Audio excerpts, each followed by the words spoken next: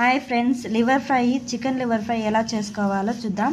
దానికి కావాల్సిన పదార్థాలు: లివరు, తర్వాత పచ్చిమిరపకాయలు వేసుకోవాలి ఇట్లా 3 పీసులు, తర్వాత కరేపాకు, పుదీనా, కొత్తిమీర వేసుకోవాలా.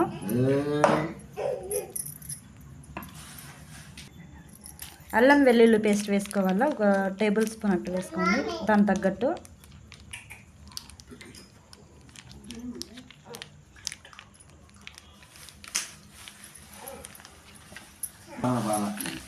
కారపొడి,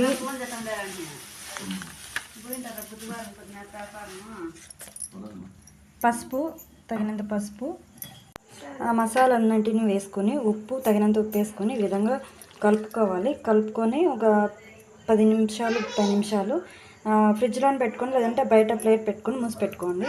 ఈ విధంగా పెట్టుకోవడం వల్ల మసాలా అంతా బాగా పడుతుంది. 2 టేబుల్ స్పూన్లు ఆయిల్ వేసుకొని సాసులు వేసుకోవాలి. తర్వాత ఎర్రగడ్డలు వేసుకోవాలి, కరేపాకు వేసుకోవాలి,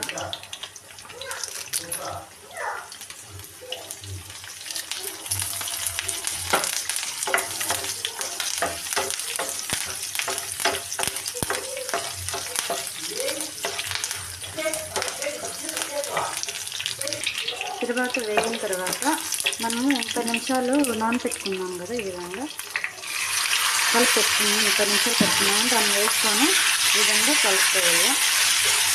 కలుపుకొని నీళ్ళు వేసుకోకూడదు, ఇట్లానే లో టు మీడియంలో ఒక 30 నిమిషాలు వేసుకుంటే బాగుంటుంది.